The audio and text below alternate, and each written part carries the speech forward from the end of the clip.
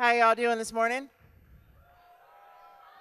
All right, we have a very special treat for you, of course, this morning. Let me introduce to you the MC for the writers panel, Mr. Joe Stevens.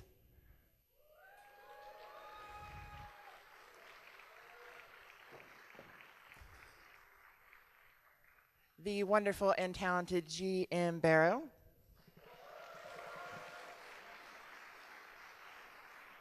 The always lovely Amy Keaton-Rogers. And of course, the man himself, M.A. Larson.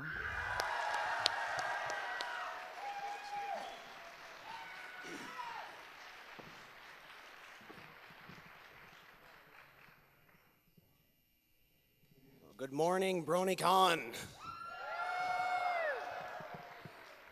This is the writers panel, and we have fabulous guests with us. Just a brief introduction if you don't know who you are seeing here. We have M.A. Larson, who is known for Sonic Rainboom, Return of Harmony, and Magical Mystery Cure.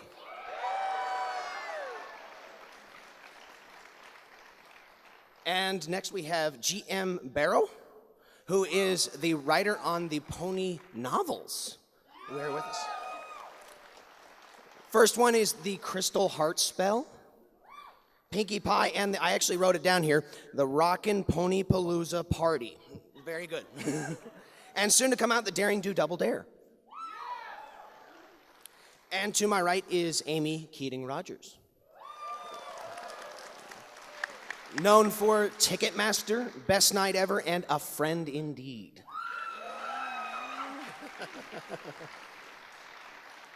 So I'm going to go ahead and get started off with some good questions here. I want to start out with M.A. Larson. Now, with Amy and GM, I actually have a long list of very well-researched, in-depth questions, but with Mitch, I think I'm just going to wing it. So, M.A., what is your favorite post-Beatles Paul McCartney band? I'm not even going to answer. No. All right, in all seriousness, you actually had a very big task with this final episode with Magical Mystery Cure. Was it always supposed to be a musical, or was it, how did you approach when you first were said you're going to write the finale to season 3? How did that meeting go? Yeah, it was pretty early on. It was decided it was going to be a musical because we couldn't get more than a half hour. So, and it's a lot of stuff to happen, obviously. And a musical is a good way to quickly move through a story and things like that. So it was decided really early on. I think I wrote it before some of the other episodes that aired before it because Daniel needed so much time to do all the music. So it was actually because there's more, you have more time for exposition in a musical style episode as opposed to where they're just talking, so you can get more out of a musical? You can do time jumps easier and, breeze through things in 2 minutes that would take 10 minutes. And when you're writing a script for a musical, is it longer, or is it just like, does it double the length of the script, but it shortens the length of the time that the exposition's going? It's exactly the same. Yeah. But actually, most of the songs were written by Daniel. I had similar songs in there, but he rewrote them when he decided the style of the music and things like that. So, it's really early, guys. You know what I'm saying? Well, thank you for waking up with us. Thank you, everyone, for waking up with us. I know there was a lot of party going on last night. You had a lot of fun, right? Can I try that again? What's that? Let me try it one more time. Okay. So the first song in the episode, I wrote the lyrics to pretty much as they were. The other ones, I wrote similar lyrics to what actually aired, but Daniel, took them and made them cool because I can't write lyrics. Thank you. And then there were a couple songs that got cut just for time, which was too bad. I had Stephen Magnet singing and stuff like that. So There was a Rarity song too, right? there was a Rarity song. Everything you loved was cut. There was a photo finish appearance cut. Right. I'm not kidding. I'm not joking, you guys. Pour in some more, quick. Well, Amy, Yes. you were an integral writer to season 1 and season 2, and then sadly we're not a part of season 3, but you're back for season 4. I am. So tell us, does it feel any different? It feels more awesome. Yes. Yeah, thank you. Yeah, it's coming back for season 4 was fantastic because as was revealed at Comic-Con, I got to come back, backing up, I was at BronyCon last year and hanging out with Megan McCarthy, and at the writers panel last year, I sang my version of the Smile song. And so then Megan emailed me and said, we're going to be writing a musical for season 4, and you are obviously the right person to write this. Do you want to? And I said, yeah. And so that's what I got to come back on season 4 and write a musical. And it centers around Pinky, which... So first a musical, which I love. Second, Pinky, who I love. So just so much happiness there. It was fantastic. So. I don't think we're allowed to have a Pinkie Pie song without you writing it. It just has to happen that way. I guess. So, and GM Barrel, you had the privilege of really getting the first time to see Princess Twilight, us interacting with her. The novels take place after Magical Mystery Cure, so Twilight's already a princess. How did you approach that as a character element? And how did you approach her any different from where, if she's now a princess, and what her character is like from that perspective, because she's now in that different mentality? Well, yeah, first of all, I didn't know that book was going to be the first thing that Oh. people saw of Princess Twilight, but I just kind of approach it in a way where, somebody who has been given responsibility and they're kind of nervous about it and they want to do their best, and Twilight is just so wonderful in that she really tries hard with everything, and she's careful, So I imagine someone like that who's a bookworm, who has been thrust into the spotlight, feels kind of nervous and apprehensive. And luckily with prose, you can kind of delve more into somebody's head and see how they're feeling about that internally. Well, it was very nice, because I know a lot of people were saying that now that she's a princess, she's going to be different. But no, it was actually very nice to see, yes, she's a princess, but she's still the same Twilight. She just has... And I think that was the great part about the book, is you saw this added layer of responsibility, and she's trying to deal with it and all that. Yeah. I mean, she wouldn't change, not Right. really. She's the same pony. Yeah. She's the same. And in season 4, I can tell you, she's the same pony. She just has that much more responsibility. So And Twilight confirmed for season 4. there is Twilight in season 4. It is true. All right, Master of Arts Larson. The word alicorn. The word alicorn is first used in Magic Duel. First time we hear it in the entire show. Parkour?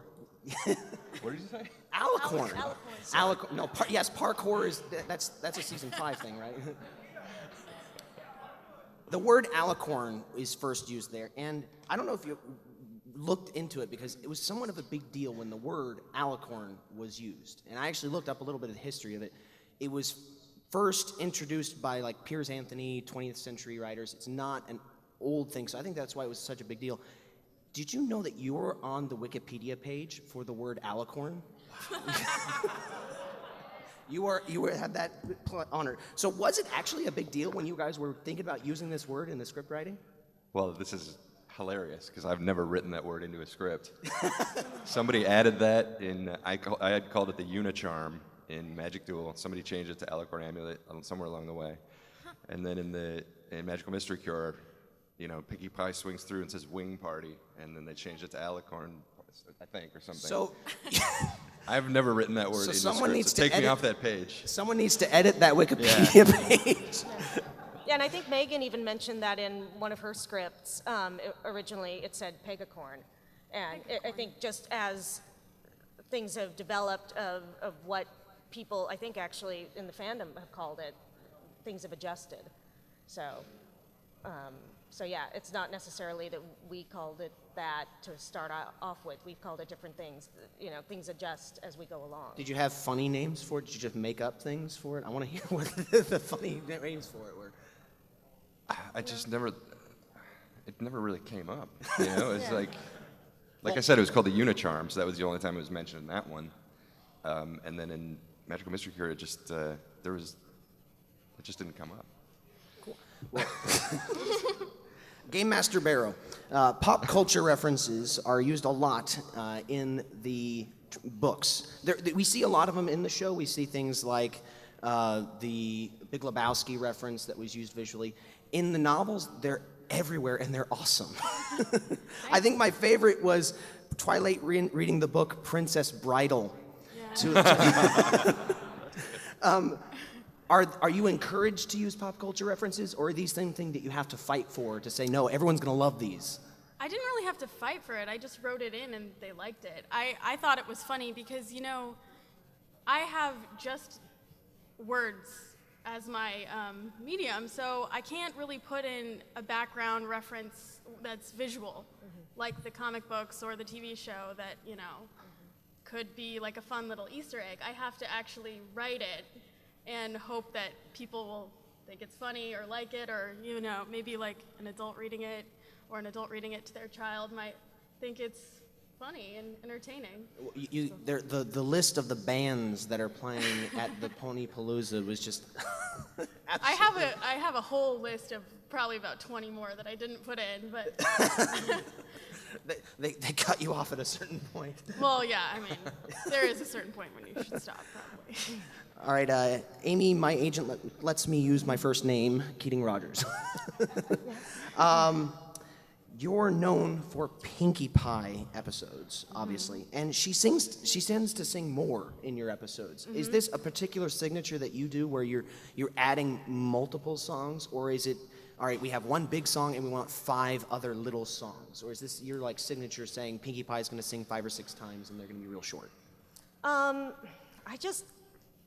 think I just like Pinkie to sing, and if I have the opportunity to write Pinkie, she just ends up singing. In A Friend Indeed, we knew that there was going to be the big, epic Smile song. That was a given. And then once we named Cranky Doodle Donkey, once we named him that, it was just like the sky opening, and I got to write a bunch of other little ditties. You know, when Rob Renzetti came up with his middle name being Doodle, it was wonderful because my brain exploded and I was like, oh my gosh, I get to write that song. You know, the welcome song was just, of course, she would sing a welcome song to somebody. So yeah, it's just Pinkie would sing, and you know, that Lauren established that Pinkie would burst into song. It was fantastic because I like bursting into song, so it's just, okay, yeah. You do have a ukulele with flowers on it in your lap right now. I do, and it's really just because I haven't tuned it yet. It's not because I'm particularly going to burst into song at the moment. I was just going to try and tune it. No. Well, I think that we were establishing it on the way here that you are Pinkie Pie at this point, because every time I meet you, you're talking about cupcakes or sweet things, and you were saying that you were going to be playing your ukulele on the plane. Yeah, I didn't end up. I played it in the airport. I didn't end up playing it on the plane because I was like this on the. It would have been very uncomfortable, and my neighbors would not have appreciated me playing it on the plane. But I have played it on a plane. When I was sitting with my kids on a plane, my daughter and I actually both broke out our ukes and were playing it on our ukes on the plane. So that has happened. But I did hand out chocolates on the plane on this trip to my I did neighbors. not think of that. So just imagine if you're ever on a plane, you'll get free chocolates and get sang with the dual ukuleles if you're ever on a plane. Yeah. If I had had more room, I would have pulled out my ukulele and and handed out chocolates. But, yeah, that, you know, it was a little cramped. So, Miss Barrow, it's always fun to meet background ponies, especially in the show, especially in the books. You use a lot of them. Some of them you name, and some of them are described by their mane color and their fur. Is there a certain protocol? You're allowed to name this one, but you're not allowed to name that one, or how's that work? I haven't been given any parameters in regards to that, but I will notice sometimes my final manuscript has names changed once in a while. There's a particular pony that goes by both Sweetie Drops and Bon Bon, and I've written Bon Bon into the first book, and her name stayed. And then in the second book, I wrote her in again, and I read the final book, and it was different. And I was like, what?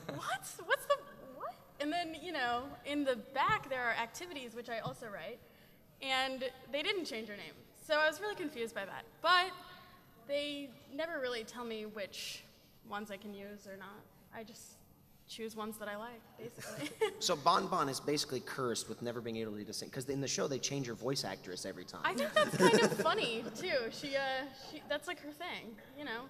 She has lots of different names. Screen name maybe? I don't know. So, M.A., speaking of songs earlier, Amy was telling us in past panels how she writes a song, where she'll actually record herself and play it, and she'll do the tunes and everything. Describe your writing process. Do you actually sing to yourself as well? Or do you just write, sing it like this, and then you write the lyrics? No, I sing to him, too. You want me to write one right now? Well, if you want. No, you know, if you look at my first song from Cutie Mark Chronicles, I clearly don't know how to write lyrics. So I've only done 2 before Magical Mystery Cure, that one and the super speedy Cider Squeezy song, which is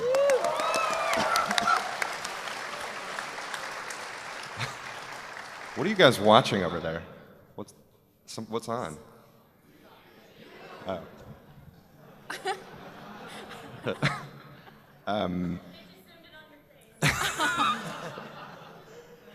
So I would just pick a song, you know, that one is obviously Music Man, listen to it, get the rhythm of it, write the lyrics, and then somewhere say, you know, in the style of such and such. And I think in Magical Mystery Cure, Daniel took that in the style of and, you know, went for it. But I don't really know much about musicals. Don't particularly like musicals. Well, with Super Cider Squeezy, that was an obvious choice to reference, say that this is a Music Man. Was there Right. any song in Magical Mystery Cure where you're like, write it like this other episode? Because they were kind of more unique. They were kind of their own thing in that one. Yeah, it's an interesting episode to look at because the song where Twilight gets sad, that was 100% Daniel. I didn't have anything like that in there. The Behold Twilight song at the end, I didn't have anything like that in there. So he added in a couple songs. He cut a couple other songs, or somebody cut a couple other songs for time that really didn't do anything story-wise. Like I said, the Stephen Magnet thing. But I had a reference to like one of the big songs. I referenced the Celestia's song. My reference was the song from what song is it? Beauty and the Beast, I think. The song from the movie Beauty and the Beast? You mean like Yeah. a Tale as Old as Time kind Yeah, of thing? that song. Okay. That was what I was imagining when I wrote the lyrics for that song. And then Daniel rewrote the lyrics, but that was the kind of vibe I was going for. Well, cool. But that episode's like a little bit of an anomaly because he did all the background music too, so he really needed to just kind of deconstruct it, and you know, he took the vibe of what I was going for and did something in that vein. Well, I'm glad you brought up the cut songs and such, because this is a question for all of you. When we look at animation, you rarely get deleted scenes, bloopers, anything like that, because it's so expensive to produce.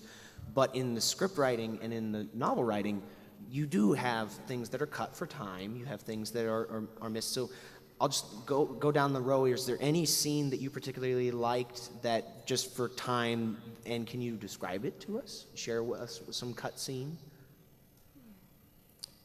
See, I always hesitate to reveal stuff because I think, oh, what if I have an opportunity to put it in something somewhere else?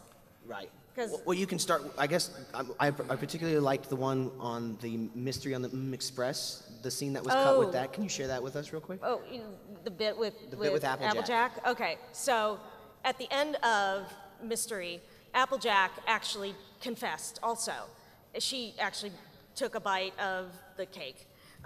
So yeah, that was cut for time, I guess. But Twilight ends up commending Applejack, saying, "Oh my gosh, Applejack, you're so awesome for not taking a bite of the cake. You're so great. You're so honest." And Applejack is just like, and like losing her marbles, and just like, "I did it. I had the bite of the cake too. I'm so sorry. Blah blah blah blah blah."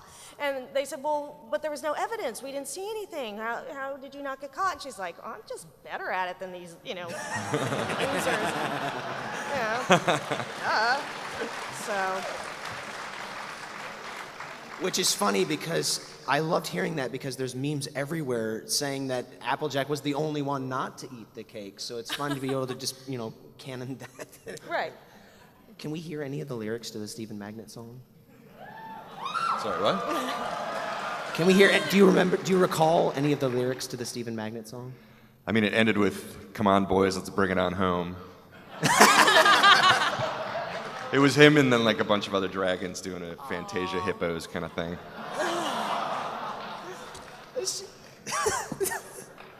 I have imagined that you're making all of this up just to tease No, us. man, this is all true. All right, well, I think that at this point we're going to open it up to some Q&A. So what we're going to do is we have these two microphones set up here on the left side and the right side. We're going to have a couple people that are going to be just tell your question to the person who's going to be handling that. I think we got some couple of people screening in there. Again, nothing about season 4, except for, I guess, we talked a little bit about your song. So while they're getting lined up, can you tell us anything more about your song that was revealed at Comic-Con? The songs are, I've heard the songs are awesome. I haven't heard them. I know what I wrote, what was sent to Daniel and what, was in my brain. That was awesome. But it always changes. But that means the next time I go to a con, once it's aired, I can sing you my versions that, will be totally different from what Daniel's done. So that's exciting for me. I was just going to cut in and say I've read that episode, and it's my favorite episode so far. So you guys are in for a treat. I haven't heard the songs finished, but Right. it's pretty awesome.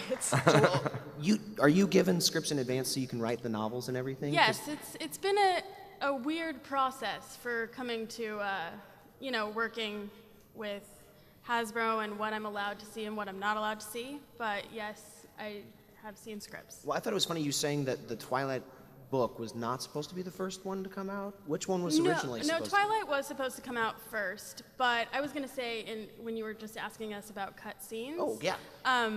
The original, I wrote a whole other original book that had to be rewritten because of, then they realized I needed to see more scripts.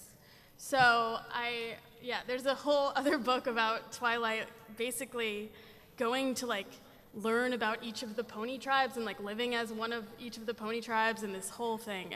I don't know, but it's she probably was better. She was not a princess at that point, so no, she wasn't. So there's this other weird thing in existence. But I actually did want to tell everyone too that the next book coming out after Rainbow Dash is going to be a rarity book. So or rarity. Do you have a title yet? I do, but I'm not allowed to say. Okay.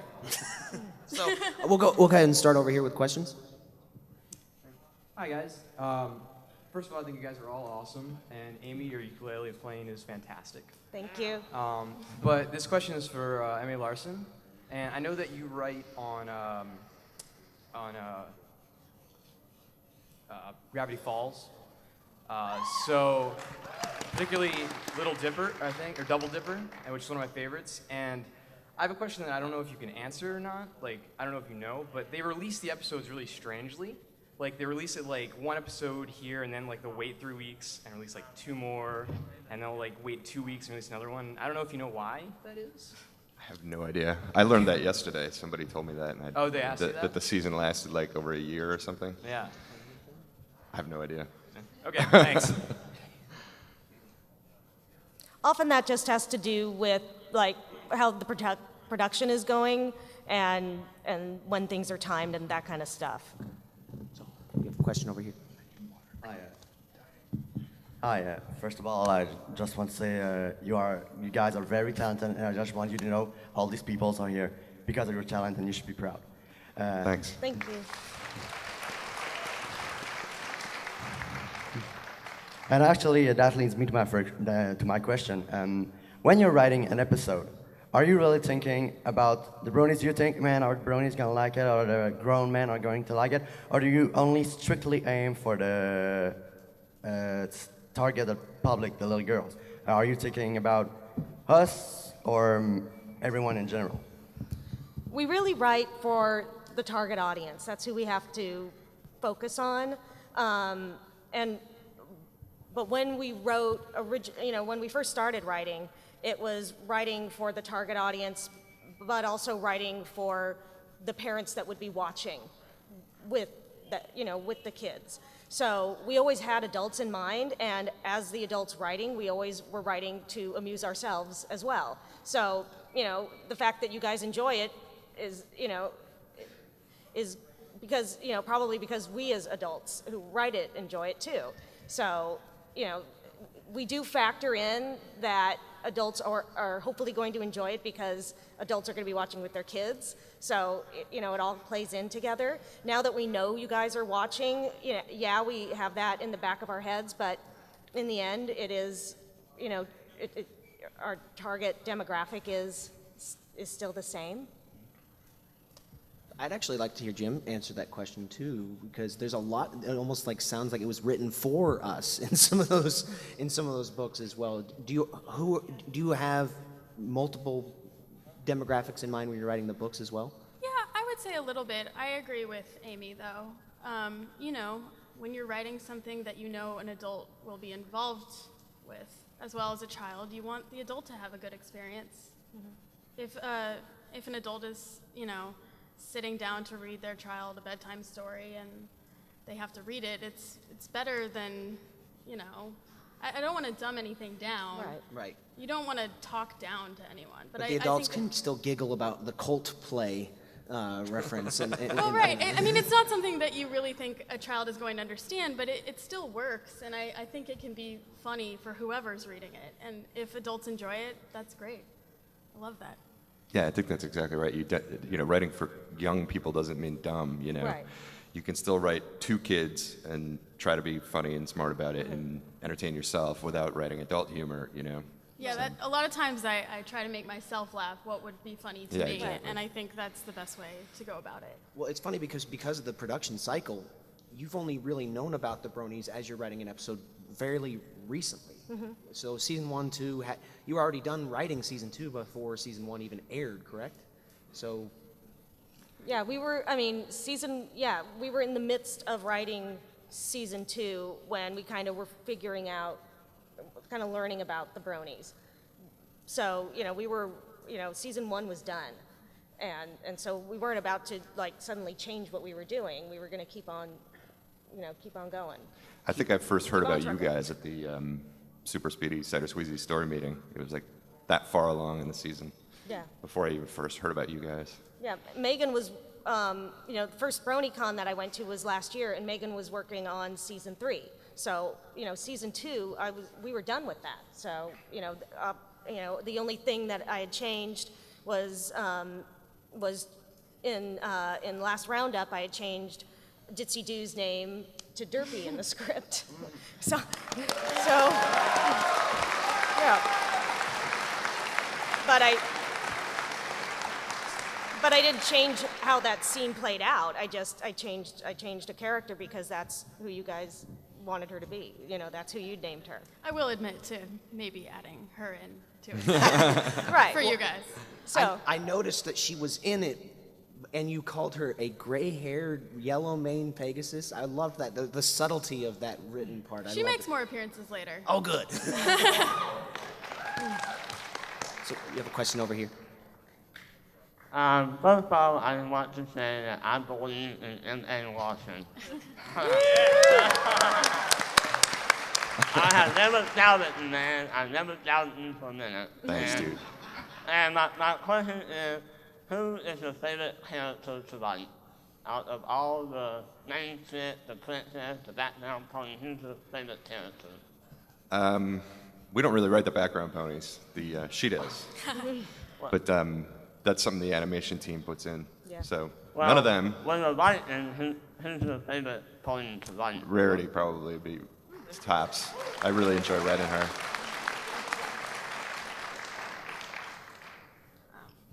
Pinkie Pie.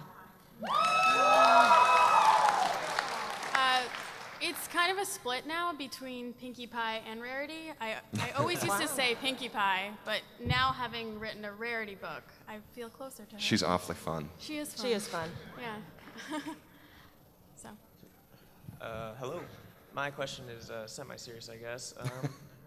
For writing for Fluttershy, it seems like it would be a difficult character to write for because a lot of the situations she finds herself in aren't situations that she would want to be in the first place. I always think of that scene in Magic Duel where she's, I want to go home, I want to just sit in my closet. And I kind of imagine her as doing that for all the adventure episodes. Is she a difficult character to write for because of that?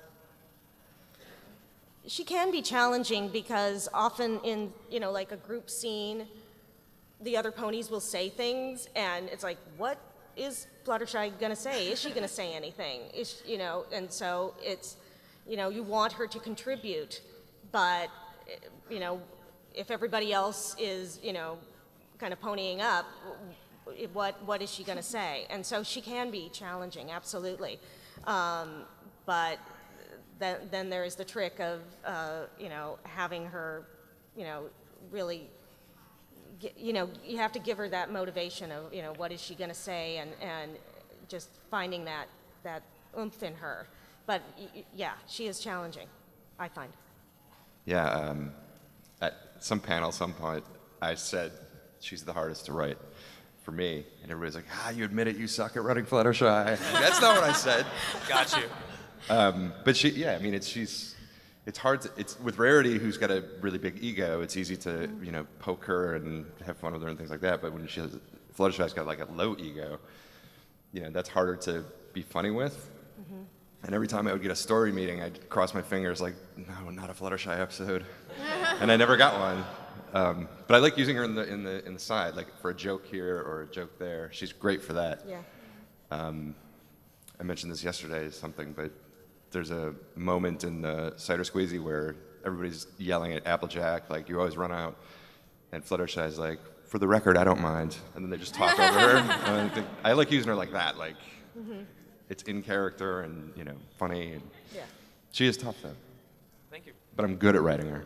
She had a great moment in the Magic Duel. Fluttershy was very brave in that episode. And there was a bunch, there was a whole thing about her. There was a lot, that episode was really weird because that's the shortest script I wrote by far. It's like 28 pages. And there was a huge B-plot that got cut out for time.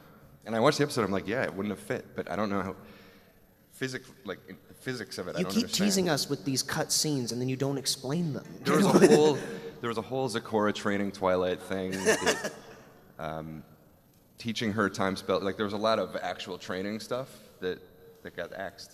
Wow.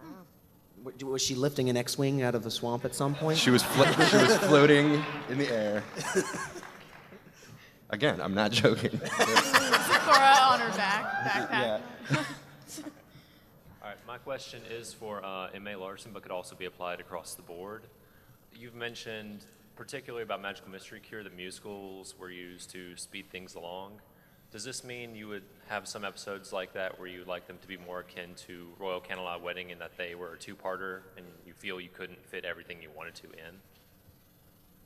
I mean, I'd like them all to be two-parters. But it's, we're freelance writers, so it's like they tell you, you come in and they're like, you're doing this episode. So when I get to Return of Harmony, I'm like, wow, I get to do a two-parter. That's so cool. It wasn't my choice. It was like, here's what you're doing. Magical Mystery Cure is the only time I asked for it, just because it seemed like an awful lot. But mostly it's just like assumed that they're all going to be half-hour episodes, and you just got to try to find a way to get it all in there. Yeah. Do you have a page limit? I have a word count that I'm supposed to hit, but with the Rainbow Dash book, I went way over it, so I'm not really sure how that's gonna go. My question is for the show writers. I've noticed that for all the epic two-parter episodes so far, the finishing blow on the villain has always been a magic spell. I've been wondering, is that a requirement for the show? Is it just a coincidence, or is there some other reason for that? I've never written a two-parter. There- And so I don't Yeah, I mean, there's 3 two-parters, I think, or 4 of them, I guess. Yeah. And Megan wrote 2 of them. Yep. I wrote 1, and Lauren wrote 1. Lauren so wrote one. I think it's probably because Twilight does magic. So that's probably, part of it. although in the wedding one, they were fighting. There was like real, legit fighting. Yeah, there was some, yeah. I meant the finishing blow on. Oh, the finishing the blow. fi- Okay. It It is not a requirement. I don't know that it's a requirement. It's probably just awesome. I think Rainbow Dash could deal an awesome finishing blow. Okay, well, duly noted. Okay, first off, let me just say, best night ever is the episode that got me into being a brony today. I love that episode. Okay. I'm glad.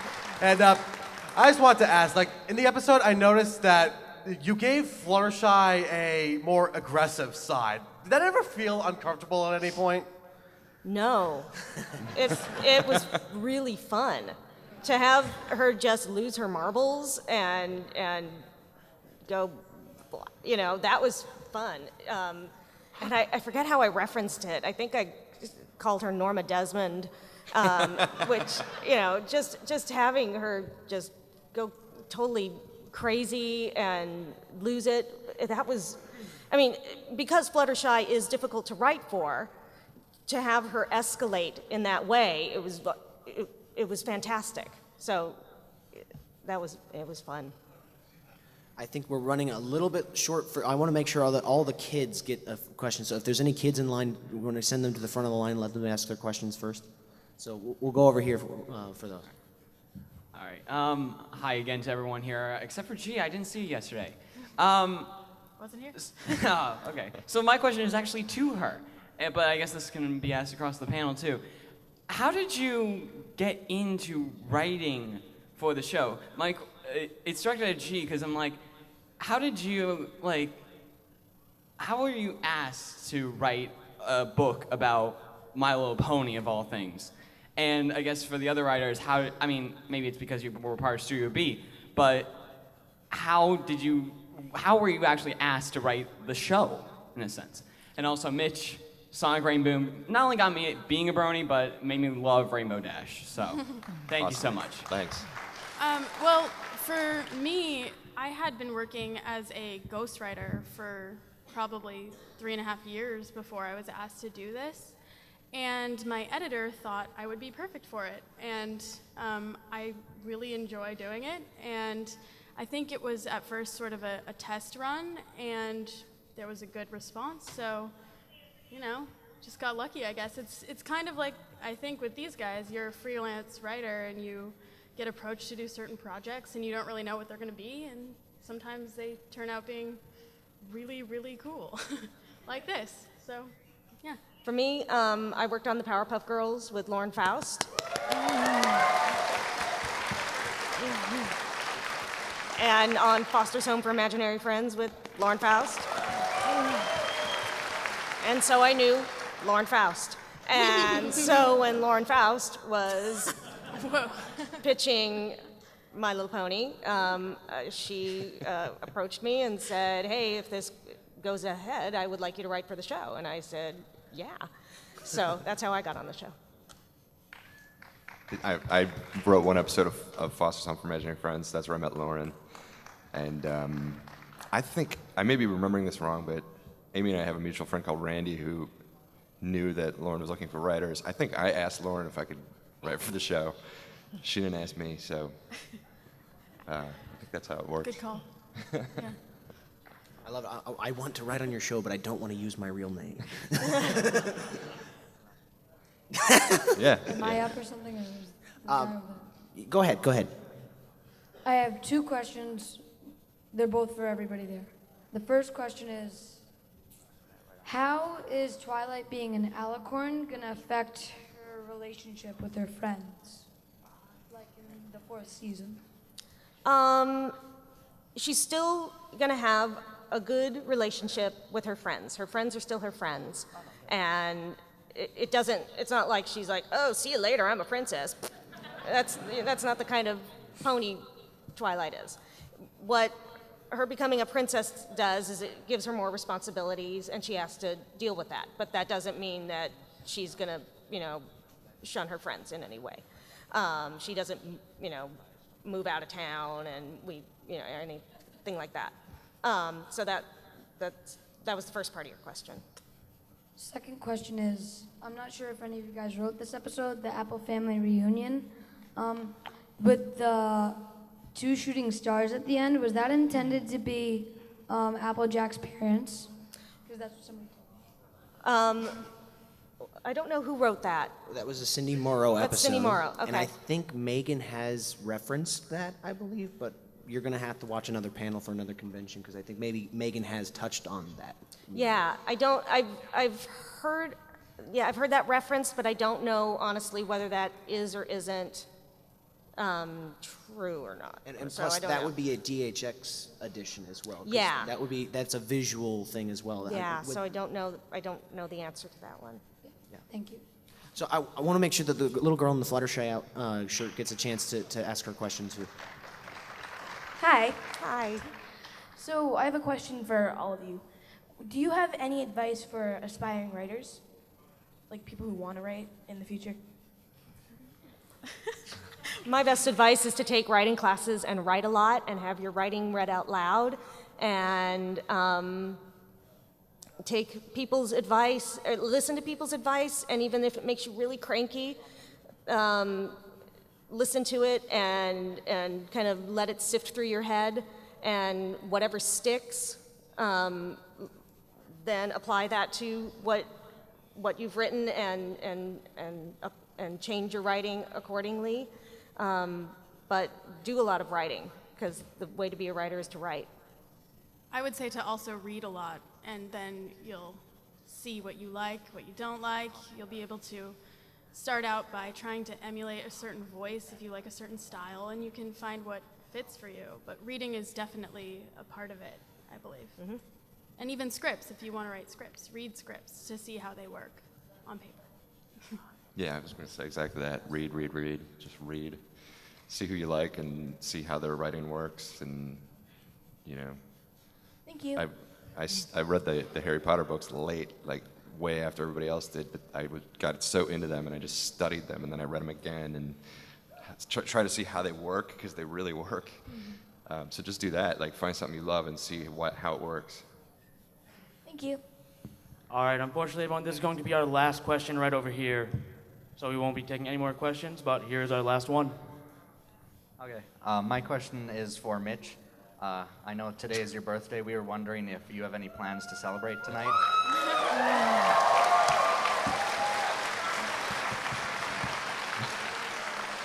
I'm going to BronyCon.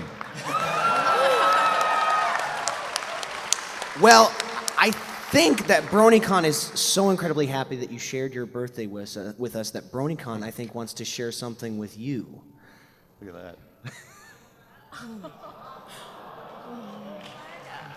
That's nuts.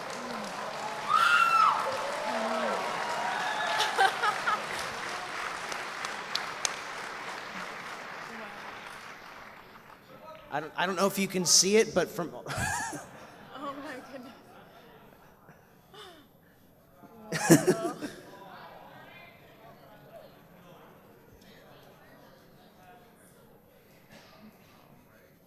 So if you want to know who to blame for this surprise, the man is right there. I blame Full Papers for this.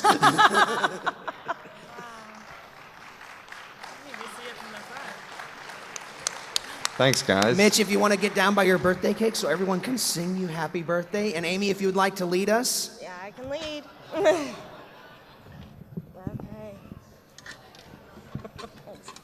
always have to get my leg up. No, I am not ladylike when I play my ukulele. Happy birthday to you. Happy birthday to you. Happy birthday, dear Mitch. Happy birthday to you. And many more. Woo!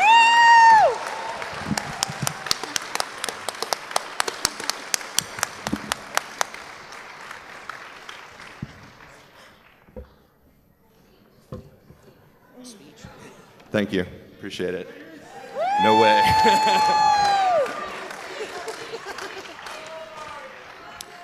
Thank you so much, writers. Let's one more round of applause for Amy Keating-Rogers,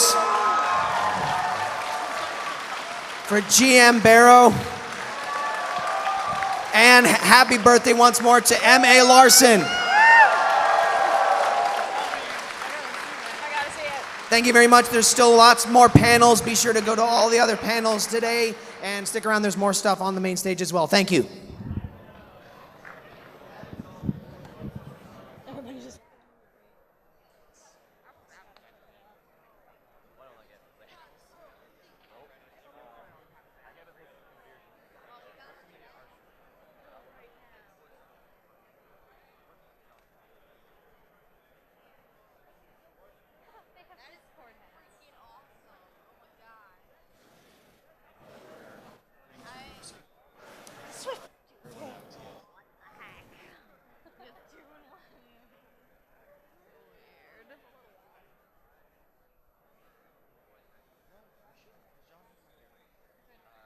Is there anything in particular that's hard to do, like